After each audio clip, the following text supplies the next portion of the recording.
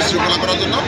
তারা আমাদের অনুরোধ উপেক্ষা করে সেখানে বিশৃঙ্খলা তৈরি করে এবং একটি পর্যায়ে কমিউনিটি সেন্টার ভাঙচুর করে কিছু গাড়ি ভাঙচুর করে। আপনারা জানেন যে একটা অনাকাঙ্ক্ষিত পরিস্থিতির উদ্ভব হয়েছিল। সেক্ষেত্রে আমরা পুলিশ তাৎক্ষণিকভাবে ঘটনাস্থলে আসি, পরিস্থিতি আমরা নিয়ন্ত্রণে নিয়েছি। আমরা কোনো পক্ষের অভিযোগ পাইনি।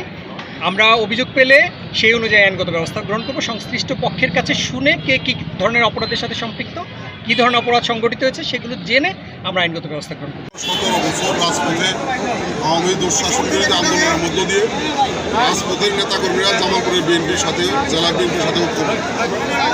আজকে আমাদের ভারপ্রাপ্ত চেয়ারম্যান মহোদয়ের সাথে ময়মনসিংহ বিভাগের বিভিন্ন জেলার বিএনপি এবং অঙ্গ সংগঠনের নেতৃবৃন্দের একটি মত বিনিময় সভা ছিল। আপনারা জানেন যে বর্তমান প্রেক্ষিতে বিএনপির নেতাকর্মীদেরকে ধৈর্যশীল সুশৃঙ্খল হওয়ার জন্য ভারপ্রাপ্ত চেয়ারম্যান এই মত বিনিময়ের মাধ্যমে নির্দেশনা দিচ্ছে।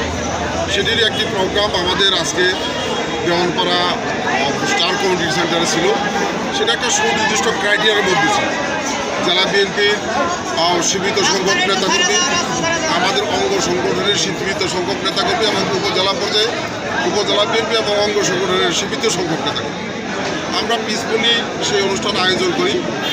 আমরা অনুষ্ঠান শুরুর একটু জাস্ট 10 মিনিট আগে আমরা দেখলাম যে আমাদের জামালপুরের বিএনপির কেন্দ্রীয় 2 জন নেতা, মানে একজন নেতা একজন নেত্রী যারা ঢাকায় অবস্থান করে, তারা 30-40 জনের একটি নেতাকর্মীর গ্রুপ নিয়ে আসলেন এবং সকলে ঢোকার চেষ্টা করলেন।